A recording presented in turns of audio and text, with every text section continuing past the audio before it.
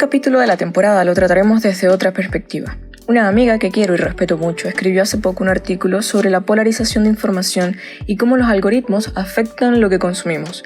Esto me hizo reflexionar sobre la posibilidad de que nuestras investigaciones necesiten un enfoque distinto, uno que no esté condicionado por nuestras creencias personales. Debemos recordar que el conflicto del que trataremos está ocurriendo en este momento con un número muy alto de bajas y un sufrimiento profundo de muchos seres. Aún así, pretender eliminar completamente los juicios de valor es poco realista, ya que están profundamente arraigados en nosotros. Sin embargo, intentaremos presentar la información de la forma más objetiva posible, resaltando la importancia del pensamiento crítico. Así que, sin más preámbulos, adentrémonos en el conflicto de Israel y Palestina.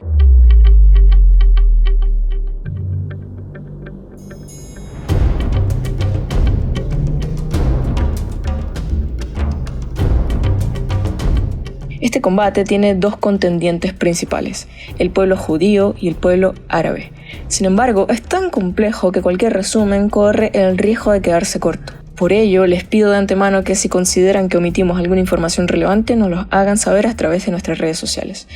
Por ahora tendremos que resumir esto a 10 minutos aproximadamente. Entonces, la principal demanda del pueblo árabe ahorita es la soberanía entre la Franja de Gaza y Cisjordania, que es lo que conocemos como Palestina. Pero atentos, que no podemos reducir este conflicto a eso. Vayamos por las bases. ¿Cómo y cuándo empezó? Para ello, conozcamos la palabra antisemitismo, que es el rechazo hacia el pueblo judío. Este fenómeno se remonta a interpretaciones de textos bíblicos y más adelante en la Edad Media en Europa, donde ya enfrentaban persecuciones. Sin embargo, alcanzó niveles extremos con el régimen nazi. A lo largo de los siglos, el pueblo judío ha migrado constantemente para escapar de la esclavitud y la persecución. Quizás el éxodo de Moisés hacia la tierra prometida sea el episodio más conocido, pero la historia de desplazamientos no terminó ahí. Creo que aquí todos nos preguntamos ¿por qué el odio o rechazo hacia los judíos? Y la respuesta no es tan simple como nos gustaría.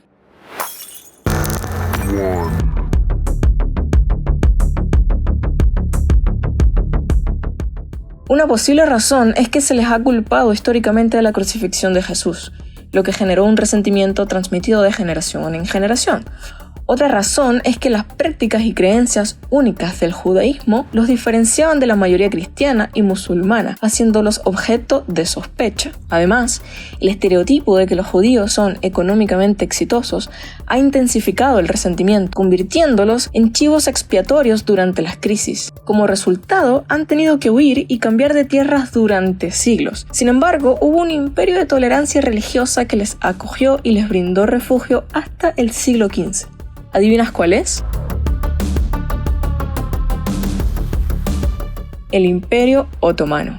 Lamentablemente para ellos, este imperio desapareció tras la Primera Guerra Mundial en 1917 y sus territorios fueron repartidos entre potencias como Reino Unido y Francia. ¿Qué sucedió entonces con el pueblo judío? Recordemos que en ese entonces se formó la República de Turquía, pero no abarcaba la misma extensión del Imperio Otomano.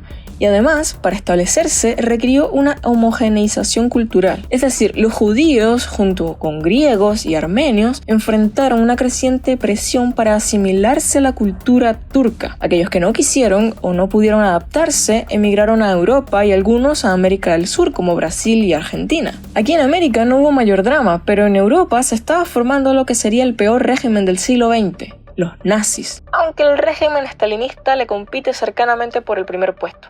Pero eso es otro tema. Así, para la Segunda Guerra Mundial, la persecución de los judíos y los crímenes cometidos contra ellos, así como su desplazamiento, ya constituía un problema que las naciones victoriosas debían resolver. Es importante saber que las cifras indican que la mayor migración judía de entonces se dirigió a Estados Unidos, luego a Palestina y en tercer lugar a América del Sur. En mi opinión, lo clave aquí son dos factores. Uno, la capacidad de espacio para recibirlos y el choque cultural. Es decir, aunque Estados Unidos recibió cerca de 95.000 judíos, a Palestina llegaron 60.000, siendo Palestina 340 veces aproximadamente más pequeña que Estados Unidos. ¿Y tú qué crees que sucede cuando confinamos a seres humanos con distintas creencias y valores en un espacio reducido durante mucho tiempo?